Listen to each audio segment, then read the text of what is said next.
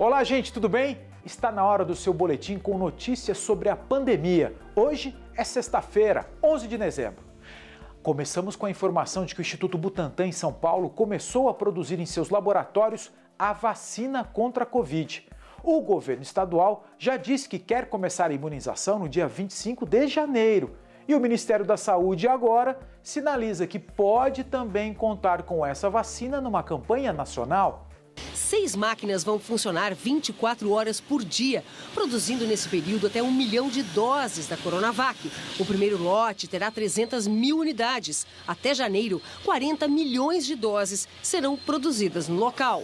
A fábrica do Butantan conta com 245 profissionais. Outros 120 novos funcionários serão contratados para reforçar a produção da Coronavac. É uma corrida para bater um inimigo mortal que até agora está vencendo a guerra. O anseio pela vacina é nacional. Hoje, 12 estados do país, incluindo São Paulo, já formalizaram a solicitação para a vacina do Butantan. E 912 municípios de todo o Brasil já manifestaram interesse também da mesma forma, formalmente, para a imunização dos seus trabalhadores de saúde. Hoje, a Federação dos Municípios de Santa Catarina, que reúne quase 300 cidades, assinou um memorando para a compra de doses da Coronavac. E a gente vê o Instituto Butantan aqui hoje caminhando a passos largos aí para oferecer imunização para o nosso cidadão. E iremos ampliar esse debate com os municípios e também com o governo do estado para que a gente possa imunizar já no mês de janeiro os nossos cidadãos catarinenses. A Coronavac ainda está na fase 3 de testes e não tem a aprovação da Anvisa, que hoje, em decisão unânime entre os diretores, aprovou as regras para a autorização temporária de uso emergencial de vacinas contra a Covid-19.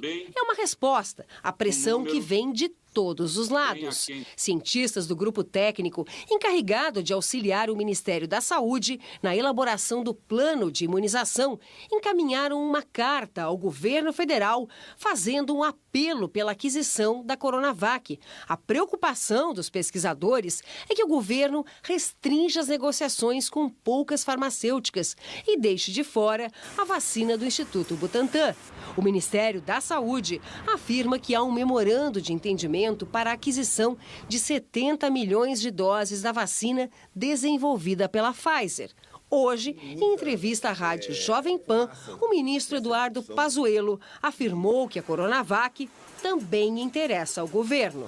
Nós nunca deixamos de fazer conversas bilaterais e acompanhamento com o Butantan. Então, nós temos um memorando de entendimento assinado com o Butantan desde outubro, onde nós demonstramos o nosso interesse de adquirir as vacinas quando registradas, quando concluídas. Sim, em português claríssimo, sim, vamos comprar as vacinas caso sejam registradas e comprovadas com o preço dentro da lógica correta. Esta semana, um estudo elaborado por uma consultoria britânica apontou que o Brasil só deve conseguir distribuir vacinas para mais da metade da população em dezembro de 2022. Até o dia 15 entraremos com os pedidos aqui na nossa Anvisa e, ao mesmo tempo, remeteremos os documentos para a Anvisa chinesa.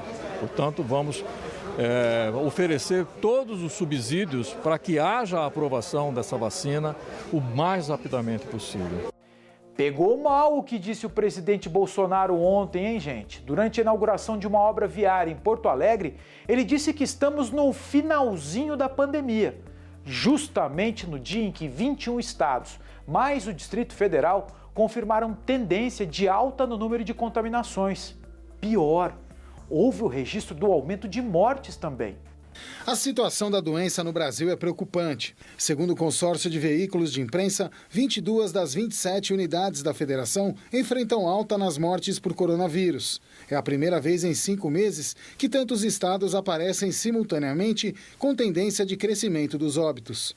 O país já tem cerca de 180 mil mortos desde o início da pandemia. A média móvel de mortes atingiu o maior índice em 2 meses. E o Brasil ainda não tem um plano detalhado de vacinação contra a doença. Hoje, durante a inauguração do eixo principal da nova ponte do Rio Guaíba, em Porto Alegre, o presidente Jair Bolsonaro disse que a pandemia está acabando no Brasil. Que ainda estamos vivendo um finalzinho de pandemia.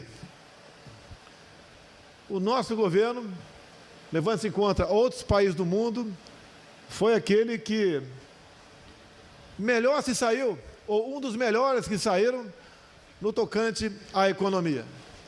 Prestamos todos os apoios possíveis a estados e municípios. A análise de que a pandemia estaria no finalzinho só pode ser, de fato, um grande equívoco ou uma grande falta de informação. Até nós temos uma vacinação que possa contemplar a maior parte da população, nós teremos provavelmente mais um ano de pandemia. Há dias, as ruas de comércio popular aqui da capital paulista vêm registrando aglomerações e muita gente circulando sem máscara.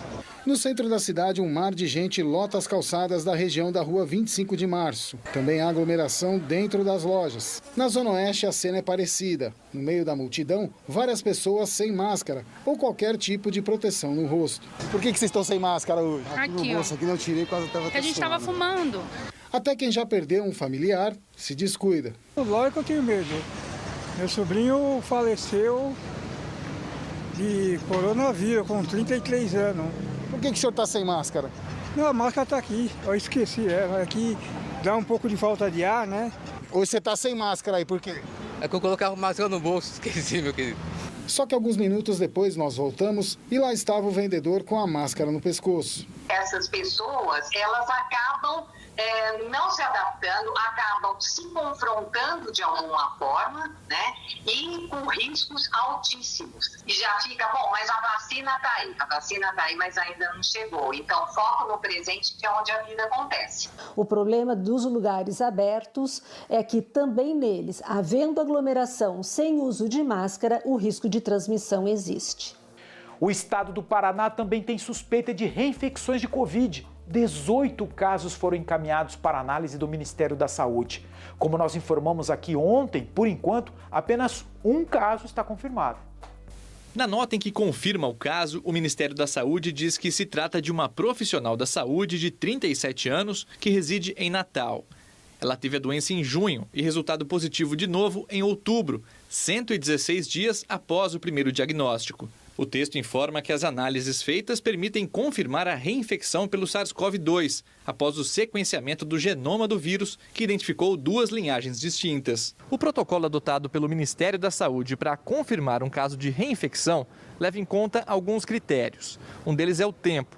As duas infecções devem ter um intervalo de pelo menos 90 dias.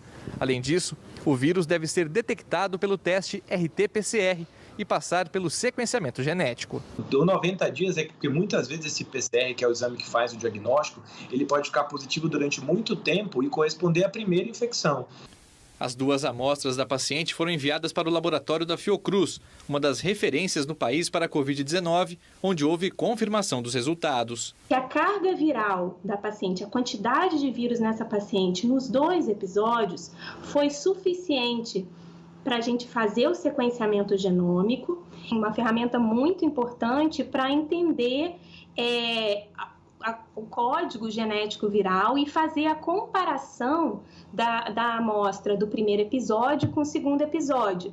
Ele é muito mais robusto para a gente confirmar aquela reinfecção, né? Outros casos semelhantes já surgiram no país e chegaram a ser publicados como reinfecção.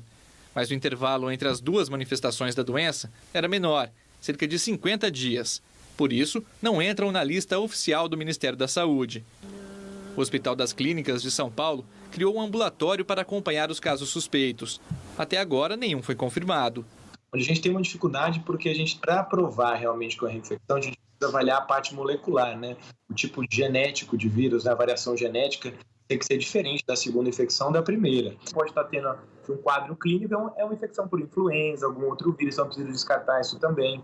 A orientação dos especialistas é não descuidar das medidas básicas de prevenção. Então, mesmo que você já tenha tido a infecção pela Covid-19, não é um passaporte imunológico definitivo a questão de você ter a doença. Essa durabilidade da resposta imunológica, a gente não sabe quanto tempo, então realmente pode decair essa quantidade de anticorpos e isso pode deixar a pessoa suscetível a pegar novamente. Então, usar máscara, distanciamento, higienização das mãos, mesmo para quem teve a doença, mesmo para quem já tem um anticorpo, né?